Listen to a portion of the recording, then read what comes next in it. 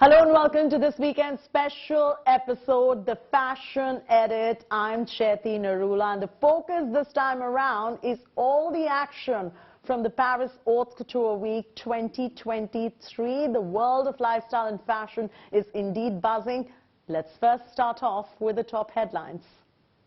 Rahul Mishra, the first Indian designer ever to showcase at the Paris Haute Couture Week, is back at the global stage and will be showcasing his new collection amidst global giants like Schiaparelli, Christian Dior, Iris Van Herpen, Jean-Baptiste Valli and many others. Gaurav Gupta becomes the third Indian ever to be invited to showcase at the Paris Haute Couture Week 2023. The Fédération de la Haute Couture et de la Mode has invited Gupta from India, and this is touted to be no small feat for an Indian designer.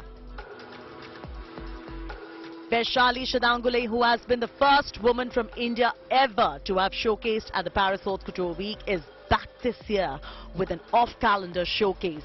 India Today caught up with a woman whose work feeds more than 2,500 families of remote villages in India.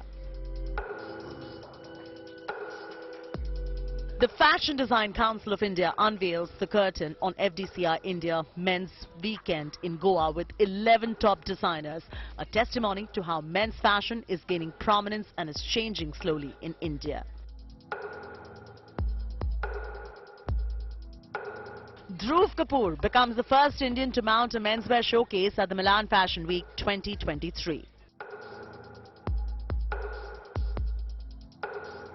Ram Charan becomes the only Indian featured on Esquire's Best Dressed Men of 2023 Golden Globe Awards, donning a Tarun Tahiliani outfit. Aditya Birla Group's fabric brand Leva partnered with the 71st Miss Universe held at Orleans, with countries having the freedom to design capes based on their own creative sensibilities. A designer who's been time and again making India proud at such international platforms is none other than a man who I call an artist first and then a designer, Rahul Mishra, showcasing along the lines of Schiaparelli to Dior, and he's now become an international sensation.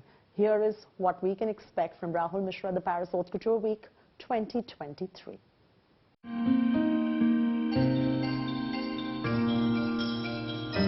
The gold standard of craft in India, a man with a vision, innovation, technique, talent and craftsmanship like no other. It is hence no surprise that he's been the first Indian ever to have been invited to showcase at the Paris Haute Couture Week since 2020. Very excited. This time of the year is always full of hard work, full of coordination, full of teamwork. I think a team of almost 500 people together,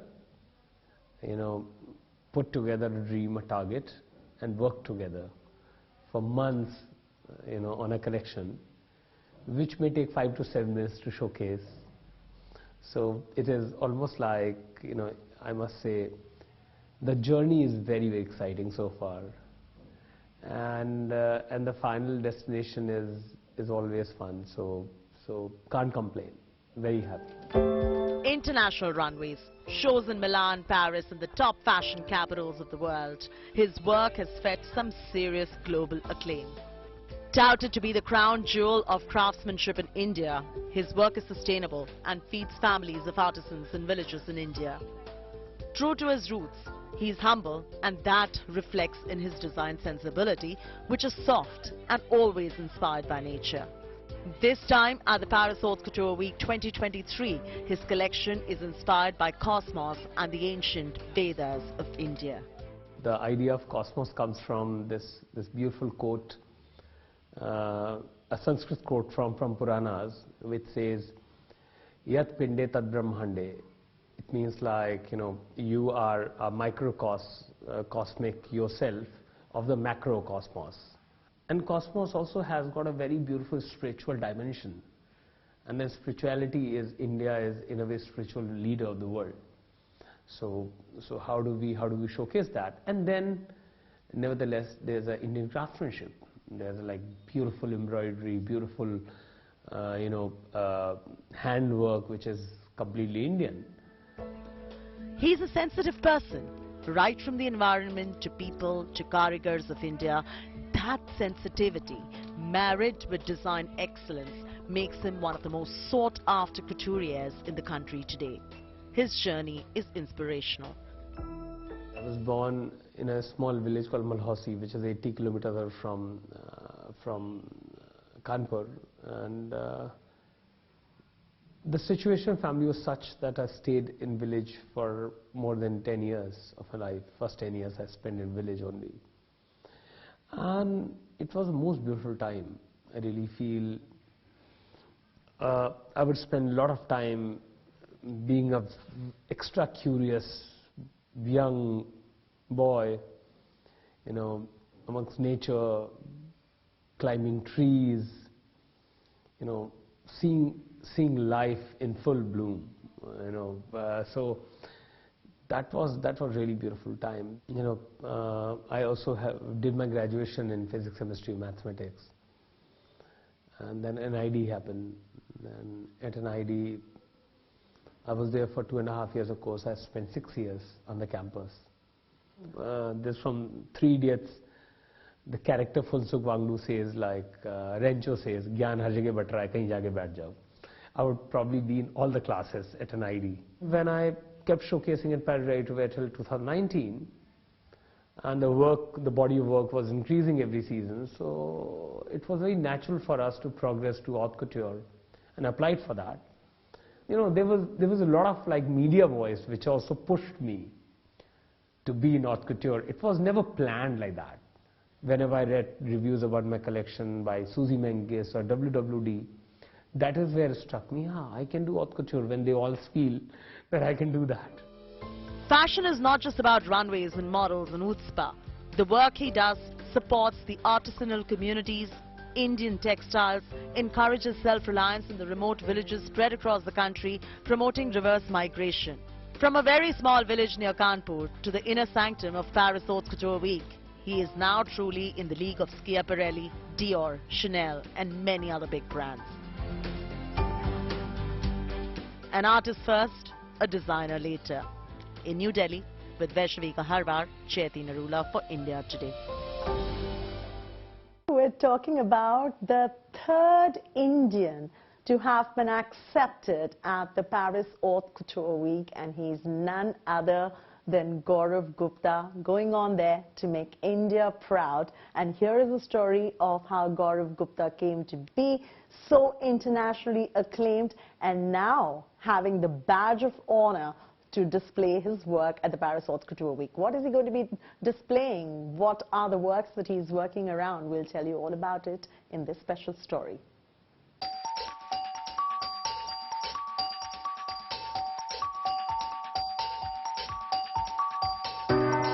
His design, innovation and silhouettes are more often than not award-winning. He has bagged some of the most prolific awards that are there in this space. A master of sculptural couture, a voice to reckon with from the Indian couture landscape, a culturist who is always seen experimenting and has been at the forefront of putting India on the global design landscape.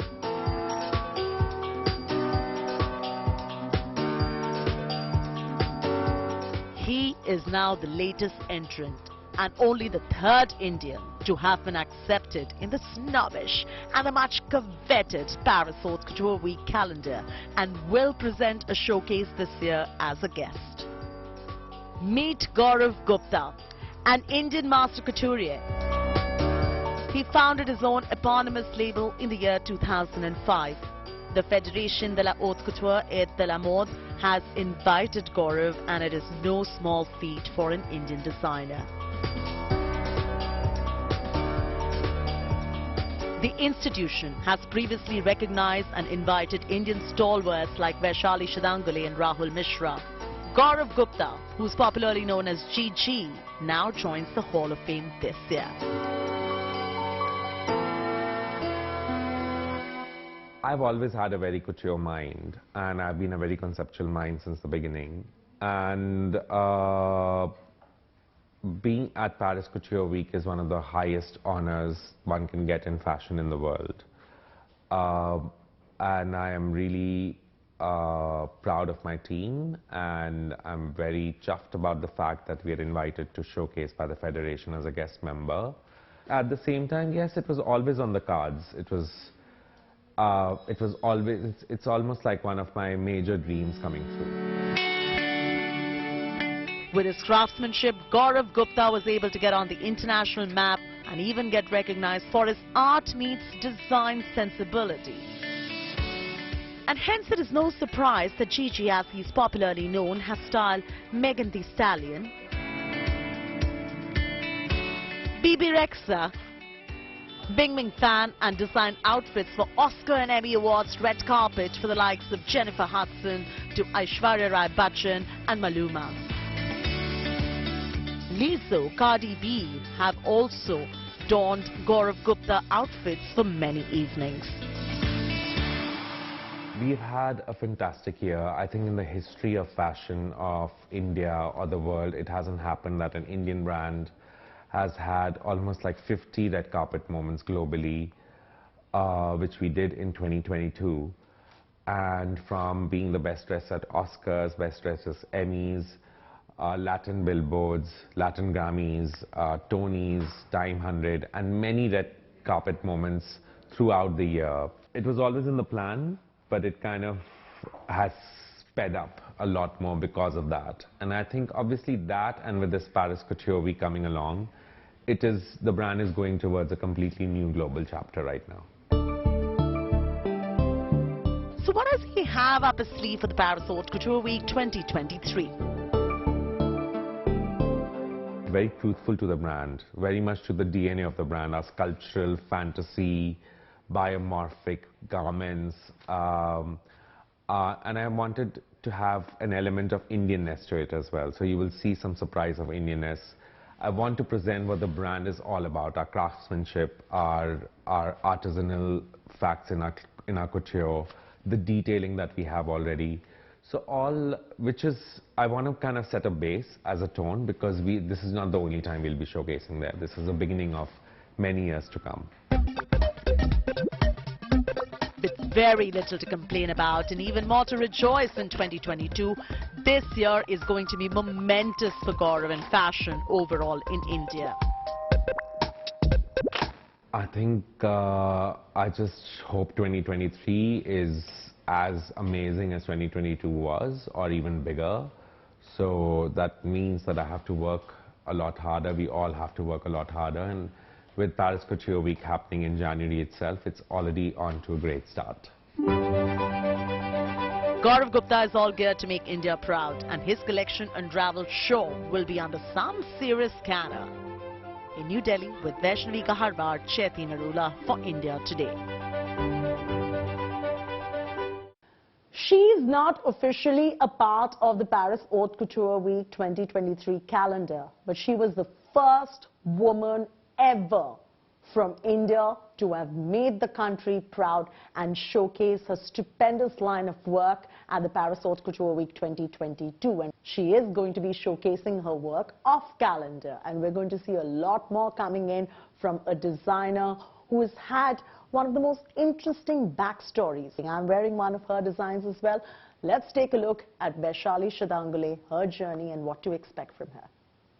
I'm in Mumbai right now with Vaishali Shadangule, and I have to say she's one of the most prolific designers from India. Her story is one from the history books. She's come from Vidisha. She's made a mark in a city like Mumbai, has become a sensation across the country. And not just the country, she's now taken what she does, which is her design innovation, her craftsmanship, to the rest of the world. And what a better platform than to get recognized by the Paris Haute Couture Week. And this time around again, she's going to be showcasing at the Paris Haute Couture Week. And it's a big feat, because she'll be the only woman from India to have ever represented the country on a global and prestigious platform of that nature. You've showcased at Paris Haute Couture Week before, so let's begin with how that experience was. Paris was really special, of course, not only because, you know, it's Paris. The whole idea of presenting Indian craft and weave on that level. And it happened during pandemic, you know, when whole world was shut down. And when I got my news, I got COVID, and my negative report and Paris Haute Couture Week news was, you know, came together. Vaishali, you are the indigenous product of this country, who is not only recognizing these karigars, giving them employment, promoting reverse migration, helping them hone their skills to the right direction because you have techniques. The way you think in terms of design innovation really is something for the world to experience. Yeah, I always say, you know, we are the most fashionable country, because if you will see costume history, you know, we are like not only women, men used to dress like, I remember those years, yes. Small detailing, even if they are putting their weapon, it's more design, even nose pin with design, even hairpin was design, toe pin.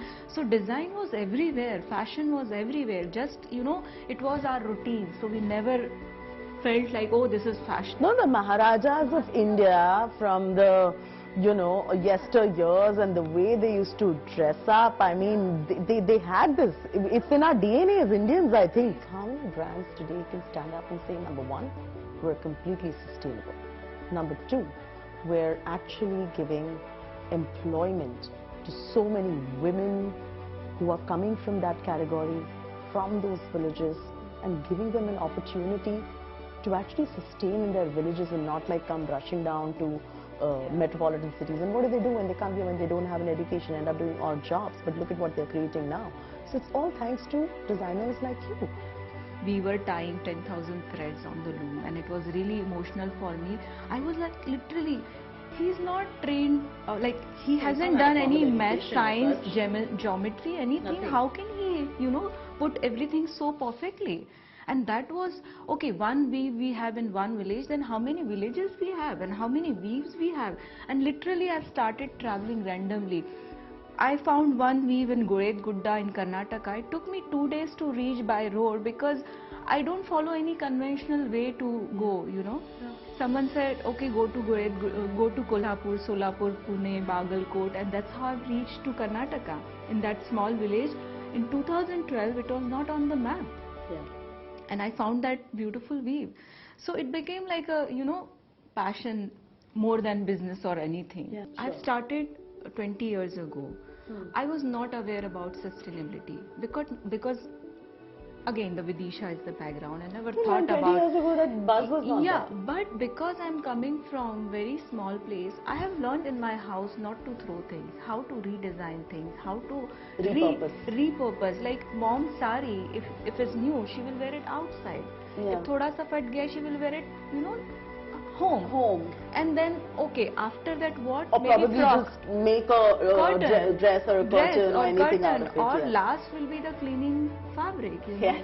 So that's a simple lesson of sustainability. You know, I put it on blockchain.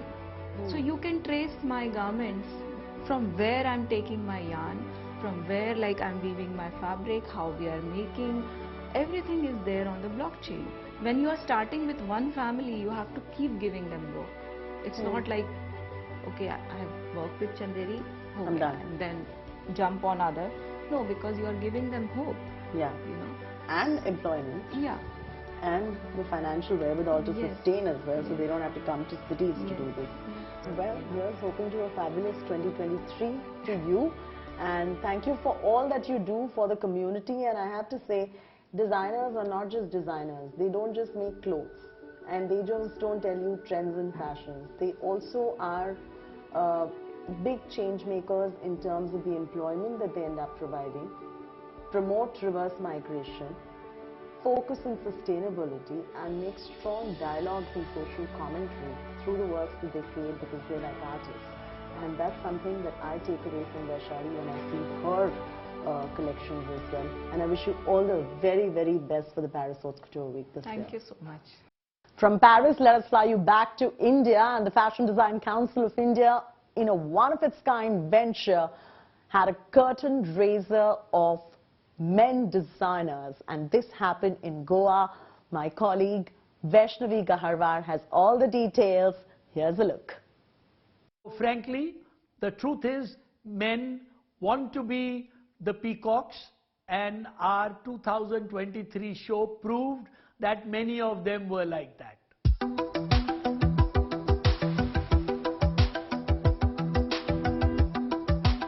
The Fashion Design Council of India brought forth a one-of-its-kind exposition. This time the focus was all men's fashion.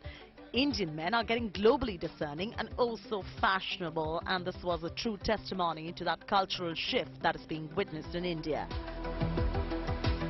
The showcase witnessed a show with 11 top designers of India. It was focused on men's fashion through an amalgamation of style and luxury.